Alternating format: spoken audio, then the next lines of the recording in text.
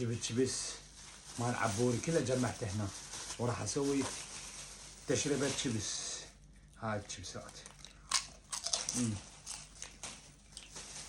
انا راح اضمنا عم تصيب 12 واطبخ لنا. انا ميتت من الجوع. انا شفت علاقة عز النوبة، بس لازم اعرفها، واذا بيها اكل اخذها واشرد بيها، اذا ما خليت تتورط.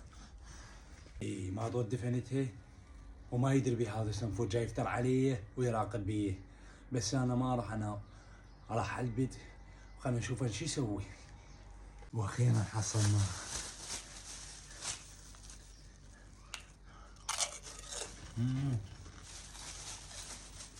شو اسوي هسه؟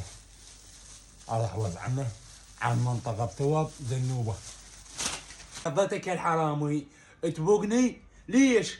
ما تخاف من الله؟ راح انم الناس عليك يا ناس، يا عالم هذا باقني، ما له علاقة، لو جبت جبس لو تشتري لي اياه لو تعطيني فلوسه، يلا ما له علاقة، ما خليك تتحرك يلا. وتموتين ما انطيك اياه، ما طوت تبوقني عند فلوس وتشترين شبس وانا القى فلوس نقص وترى انت شبعين بطنك براس الزواج، وانا جاي اتعب على مودي، ما انطيك ولا ربع، هي من الناس كافي.